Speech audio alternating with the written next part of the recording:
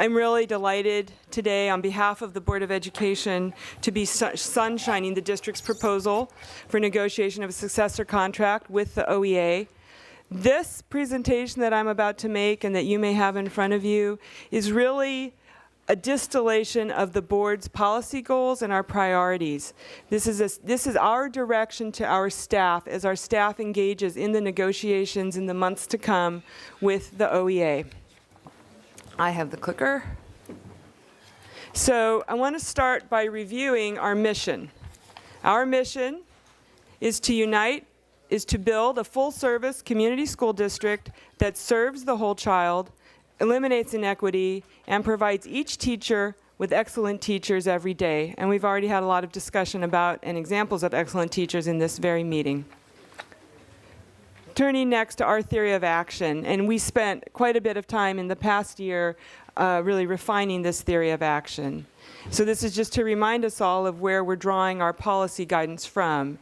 If we provide high quality instruction in every classroom and school governance teams are empowered to align and manage resources to effectively address their students' needs, and we strategically partner with certified providers, then Oakland Unified will be a full-service community school district effectively fostering the social, emotional, and academic growth of all our students.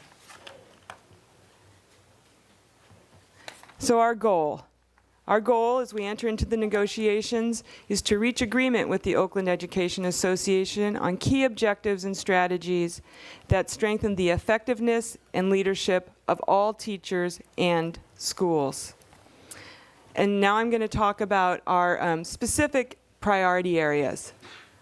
The first priority area for us is assignment and transfer. The Board of Education will seek in these negotiations, and it is our goal, to provide school governance teams with greater voice in determining the composition of their school staff teams. And those of you, many of you will recall that just a few months ago we adopted a board policy on school governance, and this goal is tied directly to that policy that we adopted, I believe, in April. The second goal here is that we recognize the value of seniority as a reflection of career commitment to instructional leadership.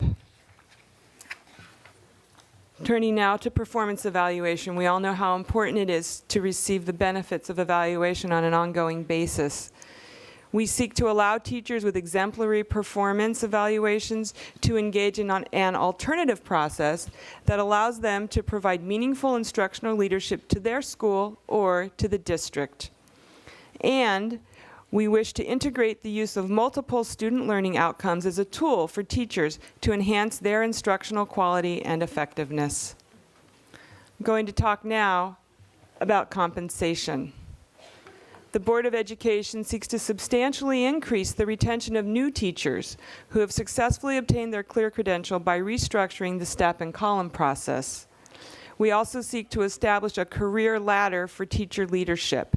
This is, I think, very important to the board. We're very interested in teachers being able to see lots of different places where they can pursue their career in teaching, as a master teacher, as a mentor teacher at their school site.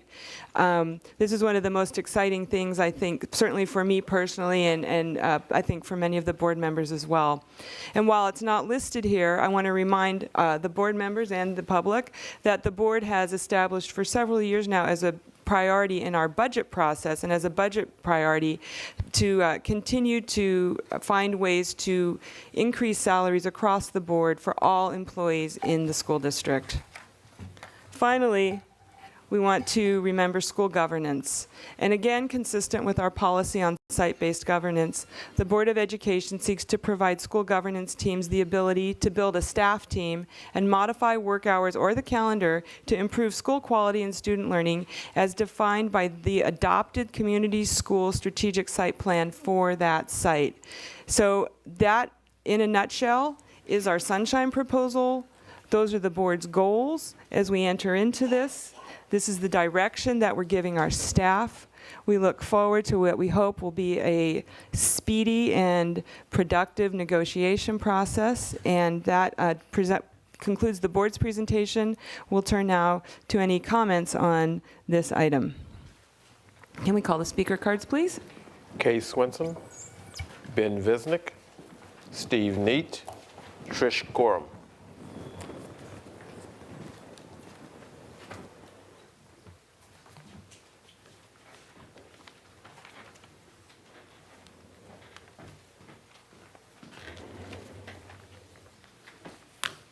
Good evening. My name is Kay Swenson. I teach kindergarten at Sankofa Academy. I'm the second vice president of the Oakland Education Association, and I'm serving as the bargaining chair this year. We are pleased that the district is ready to get this collective bargaining process started. As we move forward, we expect to use this opportunity to begin building a renewed relationship between OEA and OUSD. Through mutual respect, shared learning experiences, dialogue with all stakeholders before taking action, and a little give and take, we must come to an agreement about what will be best for Oakland students and the Oakland community. Oakland students deserve no less. Thank you.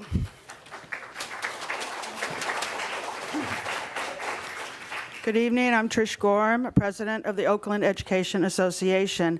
In June, OEA sunshined what I believe was a very responsible and reasonable bargaining proposal of their interests. And tonight, I believe the OUSD School Board has given a very responsible and reasonable bargaining proposal of their interests. So now we begin. They're reasonable, they're responsible, doesn't mean we're going to agree on everything, but we are going to recognize respectfully the interests of both parties. I think that's key. And in doing so, we can come to a negotiated agreement, and Director London, President London, I do hope it's speedy. That's my goal. Thank you.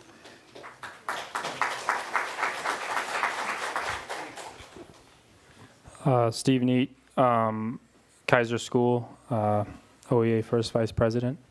I also appreciate that we're starting anew here. We're starting a new year, and I hope we can have negotiations that are, respectful and friendly. And I hope that as we start the negotiations, we can just keep some past lessons in mind about when we're implementing new programs, either through bargaining or in any other way. We think about whether those programs have worked in other districts, what's happened when they were implemented, what does the data say, what does the research say, and we should all be careful not to implement new programs that are not supported in any way, that don't have any basis in fact or experience or common sense, just because we want to see a certain outcome. We don't just kind of jump on the first thing.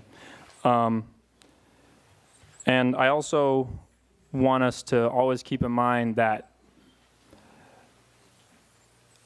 I want us to stay away from this is the district versus the teachers. What it is it's both of us working together to come up with the best environment for the students, because the students' learning conditions are the same as the teachers' working conditions. When teachers have to put up with 35 students in a class, the students have to put up with 35 students in a class. When teachers are having demands upon them that are unreasonable, then they're not able to educate students. They don't have the gas in the tank. What we need to do is we need to steer clear of, we want you to do this, teachers, because it's what's best for the kids. It's one and the same. What's best for the teachers is what's best for the kids, and vice versa.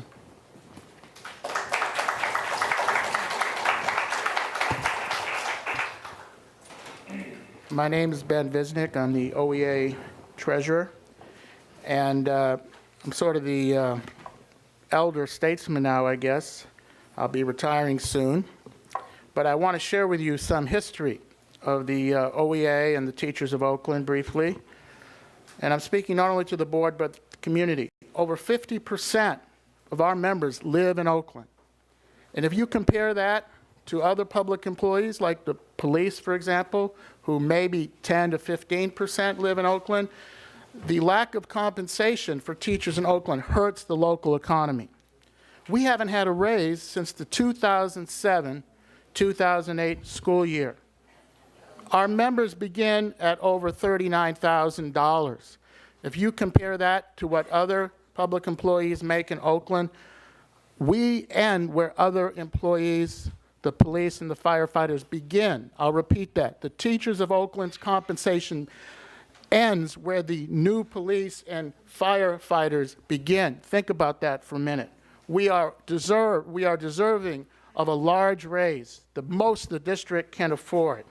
And as a trustee of the certificated annuity plan, I want to remind the board and the superintendent that we have our own incentive built into this district that's been temporarily closed down for new employees. It is the certificated annuity plan. It has over $90 million in it. And if you're talking about incentives to keep teachers in Oakland, we need to reopen discussions about that certificated annuity. I think you'll find it a real retention mechanism. And we also need to follow what the community is saying in our tonight. These combination classes, especially in our underserved communities, do not help our kids, and they make teaching much more difficult. So let's work together, and I expect fruitful but tough negotiations. Thank you very much. Thank you.